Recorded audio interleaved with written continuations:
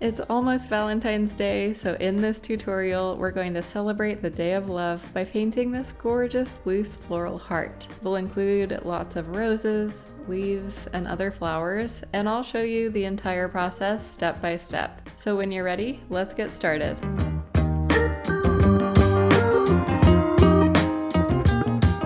I linked all of the supplies from today's video down below in the description box, so don't forget to check that out to see exactly what I'm using throughout the painting process. First things first, you'll need to sketch a heart onto your paper. So I'm using an 8x10 sheet of cold press paper, and I sketched out my heart, and I want these lines to be nice and light because I don't want to see any pencil marks when we're done with the painting. So I went over mine with a kneaded eraser to lighten those marks.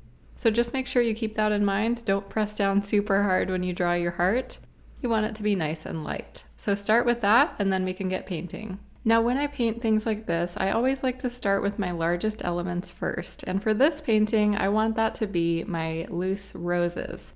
So I'm going to start with my permanent red light, and I'm using a size 5 round brush.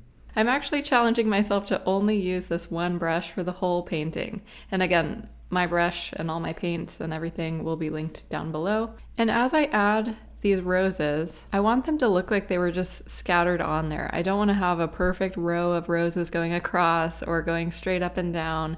I don't want to have 2 up top and 2 on bottom. I want them to look very organic and like they were just tossed in this heart. So keep that in mind. I'm going to start at the top left, and I'm going to go ahead and paint a rose right near the edge of my sketch. Let me bring you in a bit closer so you can see it better. Now I do have quite a few rose tutorials on my channel, so if you find roses to be difficult, definitely check those out. But I'm starting with a dark pigment, and with the tip of my brush, I'm just going to create these tiny little C curves. They're called C curves because it's kind of in the shape of the letter C or a U. I'm leaving some white space in between there and painting the center of this rose. Pushing down, lifting back up. See how it's curved like that? Now this white space in between is really important because that's what's going to give your roses definition. You don't just want it to turn into a big blob of pink, so be sure you're leaving your white space. I'm going to add a couple more strokes here, just overlapping these lines. And that's the center of my rose. Now I'm going to rinse off my brush completely so I have clean bristles. And before these have a chance to dry, I'm going to line the outer edge and kind of smooth them out a bit to create these larger petals. So see how that initial color is bleeding out with this additional water? It creates a really soft and gentle bleed of color that I absolutely love. Now maintaining that light value of color, I'm pushing down so my brush expands out on the page to create these final outer petals of the rose. Now this is where the edge of my sketch is, so I'm being careful not to go outside of that as I add these final petals, because I want all of my elements to be inside of this heart so that the heart shape is nice and defined. So just moving my brush pretty quickly, and that will be our first rose. You can see darker, thinner strokes in the center, lighter, thicker strokes as we work our way out. So these aren't detailed roses by any means. They're very loose, and it's going to create a really beautiful soft effect as we add more and more. Now again, remember, I don't want to place a rose directly underneath this or right next to it, or I don't want to do the same thing across from it on the right side. I want them to look like they're just organically placed. So let's go ahead and move down and to the right a little bit, and let's do another rose. This time we're not having to worry about any edges of our heart. So starting again with those C curves. As I add more and more of these roses, I'm going to speed up the process a little bit more because, like I said, I do have several rose tutorials on my channel. So if that's something that you find difficult, you can definitely check some of those out. I'll link one up on the screen here, but you can check that out and practice your roses first and then come back to this one. I just don't want to be too repetitive as I explain this. So again, starting thinner and darker, and then I'm applying more pressure down. See how my bristles are expanding? That's what's going to help me create the larger, fluffier outer petals. Again, we're going for the very loose, soft style of these, so I want to work fairly quickly and capture those bleeds of color. always making sure to leave this white space so that I have definition in my petals. Once again, if I didn't have any white spaces, it would just be like a blob of red or pink. And I want to have a little bit of definition. Even though this is still loose style, I want to be able to recognize that it is indeed a rose. Now, I don't have exactly planned out how many roses I want to add in this wreath, but I'm just going to go ahead and work my way around, making sure I'm placing them organically, not right next to each other, not right in front of each other. I'll probably end up adding a handful, maybe 5-6 roses throughout the heart, but go ahead and take your time and add a few more roses, and then we'll move on to the rest of the flowers. Just keep in mind as you're going, you don't want to cross the outer edge of your sketch. All these elements need to be inside of the heart, otherwise we'll lose that heart shape.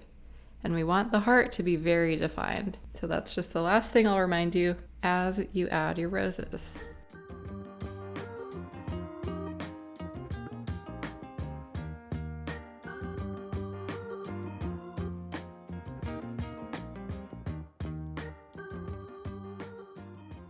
And now that I have 5 bigger roses, I just want to take a step back, and I notice right here, you can see I already started painting the next one, but I want to add a small version of this rose right here and one over on this side. I want it to be generally balanced in terms of color, and the rest of the flowers I'm going to be adding are a different color. So I'm just going to add 2 small roses right here, and then we'll move on to the purple flowers. So I'm keeping my strokes nice and small using the tip of my brush. And I just want these to be slightly smaller than the ones we've done so that the heart isn't too crowded with this shade of pink. Just keeping things nice and small, always working my way from dark in the center to lighter on the outside. And I'll do one final little guy right here. And at this point, if you look at this, it's very hard to tell that this will be heart-shaped, but once we fill in the rest with filler flowers and leaves, all those elements are going to be inside that heart shape, and it'll really help it to come to life. So just go ahead and add your final rose.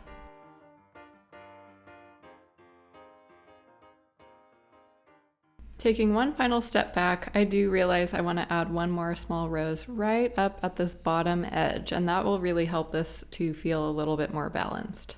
So again, take a look at yours. Yours might not need as many roses as I'm doing. If you're doing a smaller heart, maybe you place them in slightly different areas. Just take a step back, look at yours, see where maybe there's a little bit too much open space, and go ahead and add 1 or 2 final roses. Again, these are our largest elements, so the rest of the flowers and leaves we're gonna add are just smaller ones to help fill in the gaps. But you don't wanna leave too much white space at this stage. You really want these roses to be the stars of the show. So I'm kind of just making these decisions as I go. Again, this is not a perfectly planned painting. I'm just using my intuitive, artistic choices here and keeping balance in mind. I always want my paintings to be balanced. Balanced doesn't mean it needs to be symmetrical or perfectly aligned.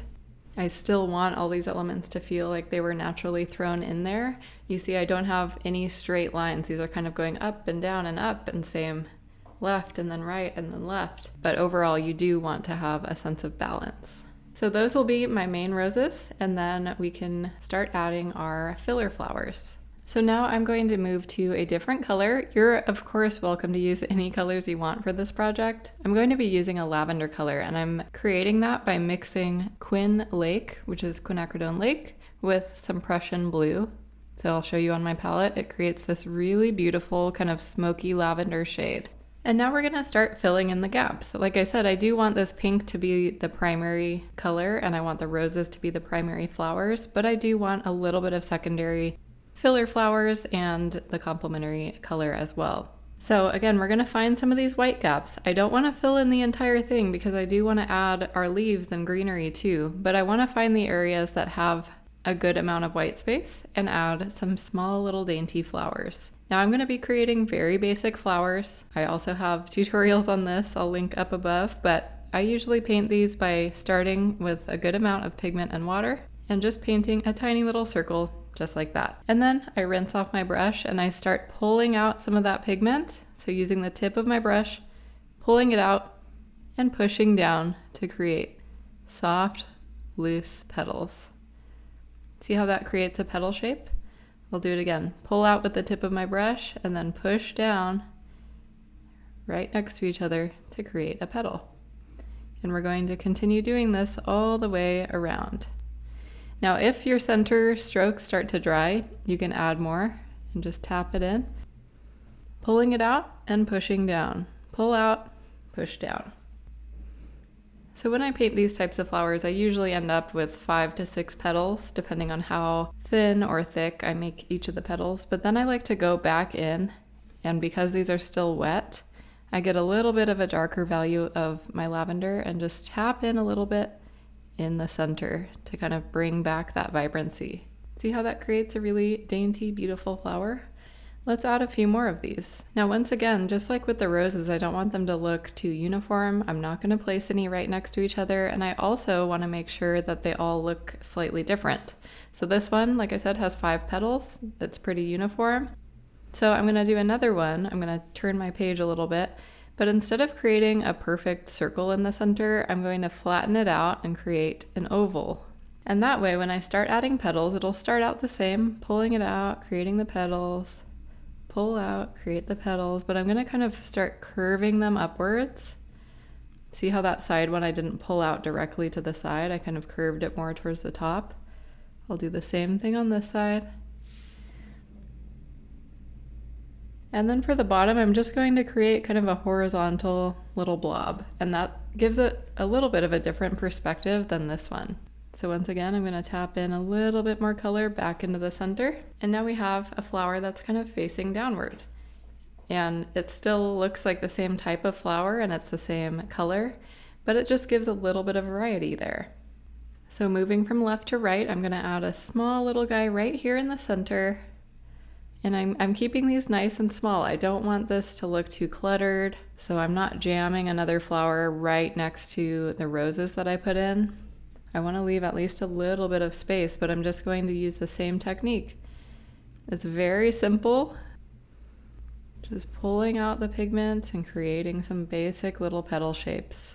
And because we pull the pigment from the center out into the petals, that's why I usually like to go back in and tap in a little bit more pigment to bring back the vibrancy in the center. And if you notice your prior ones also look a little bit faded, you can always go back in and tap in additional color. Let's go ahead and add another one of the sideways ones over here on the right. So once again, the difference here is I'm still tapping in those center dots, but I'm making it more of an oval shape than a perfect circle. And then once I start pulling out these petals, the top usually looks the same as my other ones. Pushing down to create the petals, but then I start kind of curving them upwards a little bit more. And then this bottom one is just a horizontal little petal. So that's just a simple little trick to create a little bit of a different perspective and create some variety in your flowers. So once again, let's take a step back. I feel like things are scattered pretty nicely, but I do want to keep balance in mind, and we have most of our purple is up here in the top. So I want to be sure that I add at least one down here, maybe one more on this right side, but for sure one down here. So again, take a look at your painting. It might not need exactly what mine does, but find any last areas that need one more of these little purple guys and go ahead and finish it out.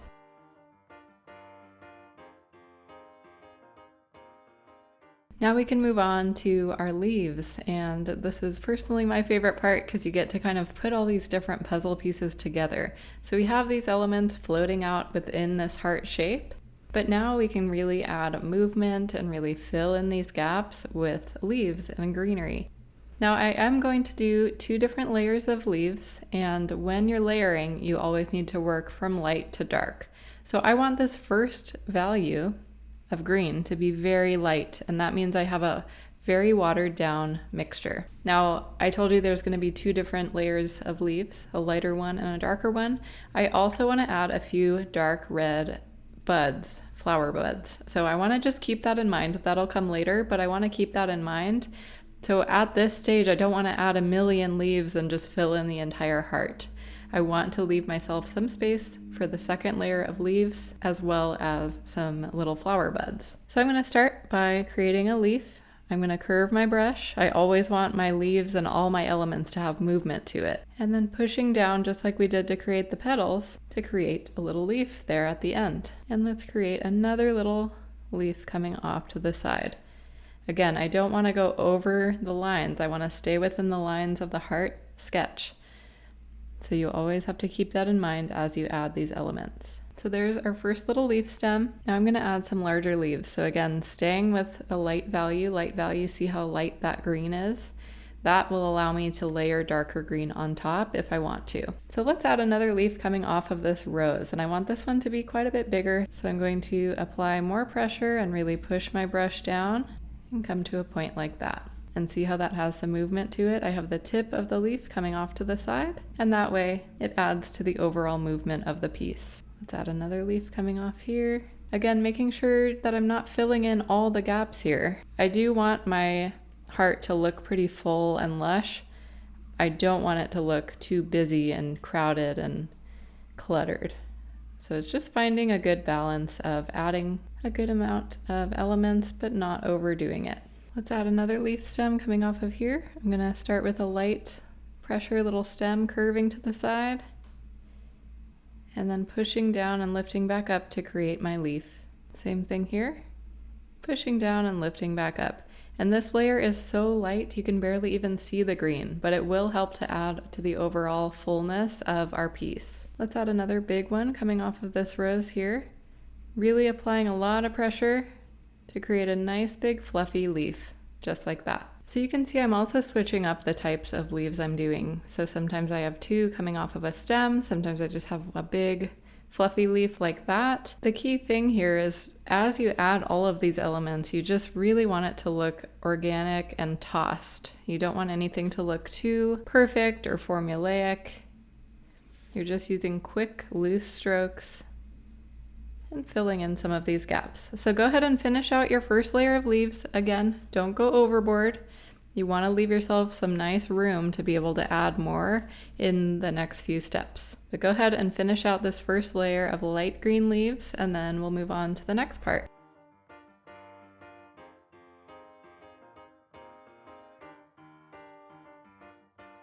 Okay, so first layer of leaves is done. Now I mentioned I want to add a couple of buds, and these flower buds I want to be this deep dark red pink pigment that I used for the roses. So I'm gonna break out my pencil, and this is what I like to do anytime I add little flower buds like this, is I just kind of pencil in where I could potentially add those so that I don't have to commit with paint right away, because sometimes maybe I don't like where I pencil it in, maybe an area looks too crowded. So I want to give myself the flexibility to erase it and make a different choice if I want to. For example, let me bring you in a bit closer so you can see what I'm doing. When I add little buds like this, I always put them on little green stems, and the stems are always curving. Like I said, I don't want any straight lines. I want it to look very loose and flowy. So for example, I might pencil in a curvy little line like that. And I would add little dots. These buds are basically just little blobs of paint, but it adds another dynamic element to the piece. So that's what I'll do with my pencil. And as I work my way around, just kind of penciling in these potential places, then I can take a step back and say, okay, do any areas have too much? Are there any areas that could use a couple more buds? And if so, I can always erase and make changes as I go. So sometimes I like to have things right on the edge there.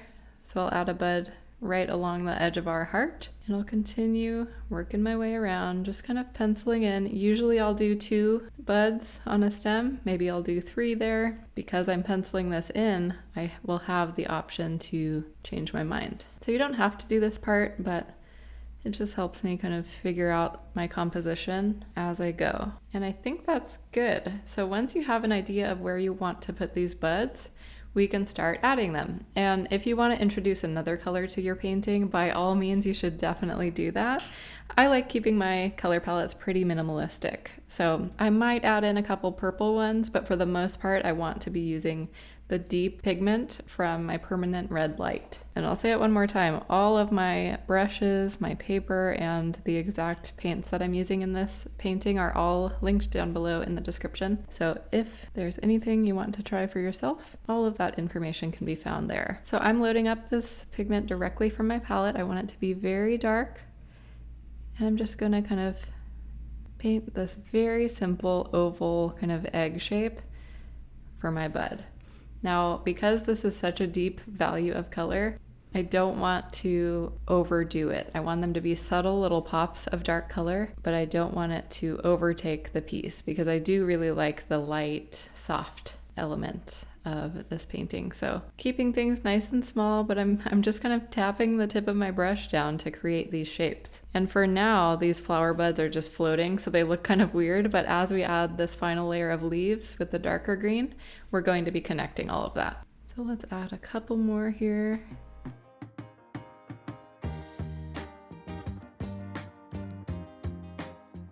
So I'll add my last couple of little buds here. And again, just barely tapping it down.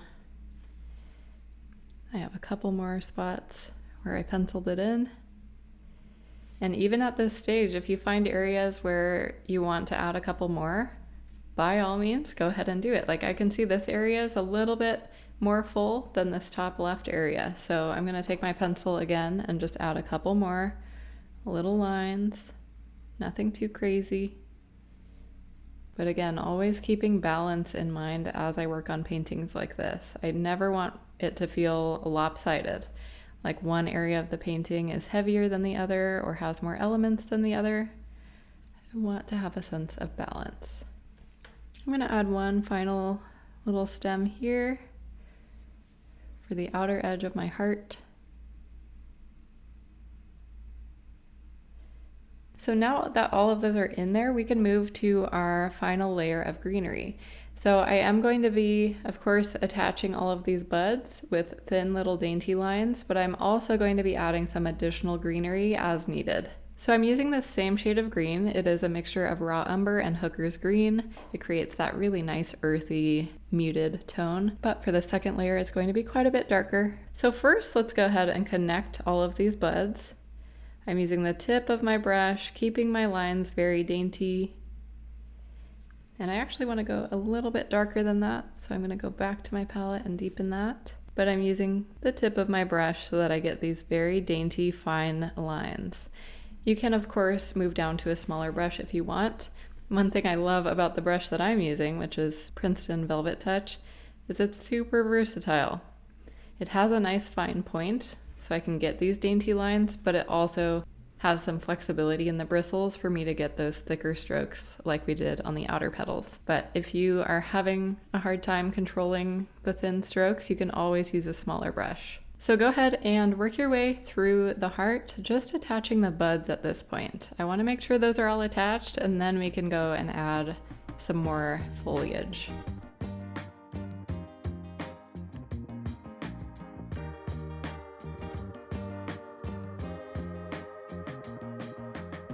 Okay, so they're all attached, and now we can go ahead and just fill in some of these additional gaps with greenery. So again, I make these decisions just kind of intuitively. I don't have an exact plan for how I want all of these to look, but I'm just going to add some wispy strokes. So sometimes I do things like this. I just kind of flick my wrist and create a thin stroke like that. It basically just looks like another stem.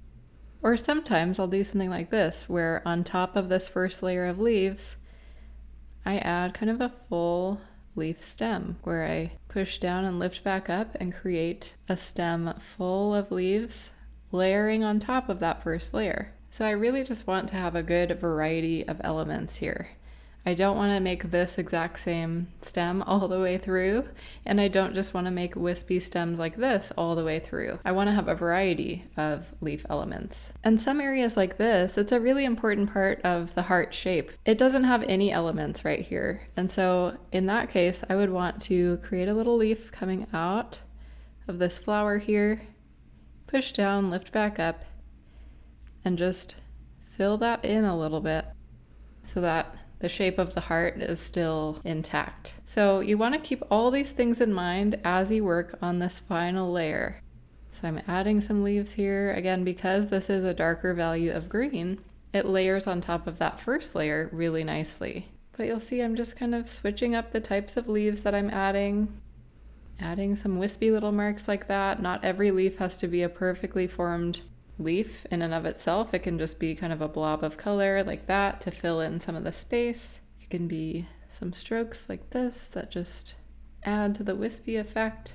You can also add some additional leaves coming off of the filler flowers that we added. So for example, we connected those buds with these thin little lines. I can also go back in and attach a leaf to that stem. See how that comes off of there? I can do one on the other side as well. So feel free to take some creative risks here, make some decisions that aren't necessarily the same as mine. I totally encourage you to do that. That's how you're going to start to develop your own style. And just go ahead and work your way through your heart, adding in these final details. Again, better to underdo it than overdo it. Always take a step back at this point. This is where I typically tend to overdo my paintings, and then it ends up looking a little bit cluttered or messy. So after every couple of elements that I add, I take a step back, make sure things are looking even and not too crazy, and just go ahead and finish out your heart.